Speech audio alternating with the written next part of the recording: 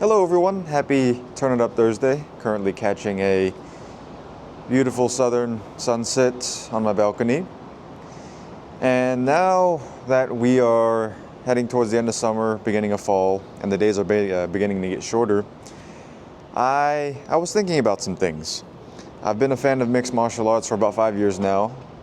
I followed different martial arts disciplines like boxing, kickboxing, jiu-jitsu individually beforehand.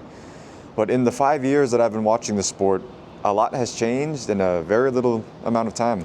And it got me thinking that in the terms of sports landscape and time, MMA years are really the equivalent of dog years when you talk about legacies, dynasties, and overall careers in the sport. Take my favorite fighter, Alexander Volkanovski, for instance. He won the UFC featherweight title in December 2019. Lost it earlier this year in February 2024. So over a 4.5-year stretch, he had 6 title defenses. And for as long as I've been an MMA fan, he's pretty much been the featherweight king up until the Topuria fight. So it got me thinking, wow. I mean, think about other sports and leagues where teams win. It's amazing if they can win even more than one championship, and that can cover decades of time. Think about the Kobe Bryant Lakers, for instance. They three-peated at the beginning of the 2000s, and then they repeated at the end of the 2000s.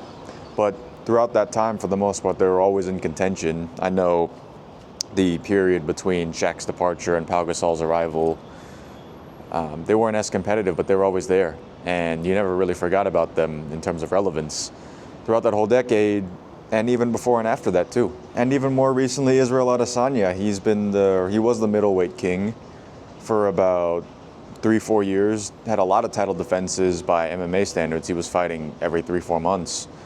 Incredible activity for a champion.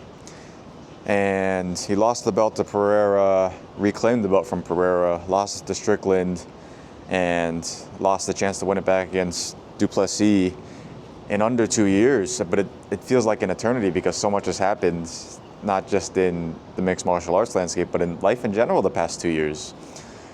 Because MMA fighters don't compete on a nightly basis, like they make football occasions look more common with the 17 regular season games that NFL teams play.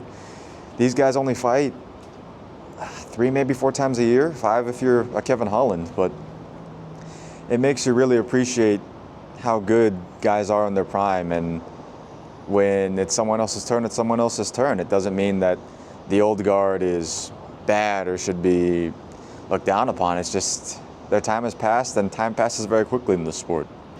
So those are just some quick thoughts from me as someone who practices martial arts myself, mixture of MMA, kickboxing / Muay Thai, BJJ.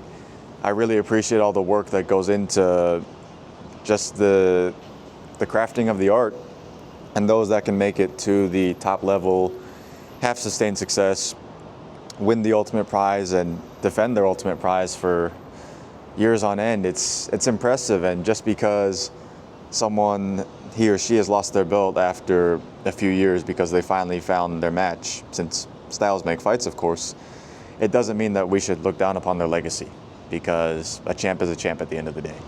Thank you all for watching, and of course, be balanced.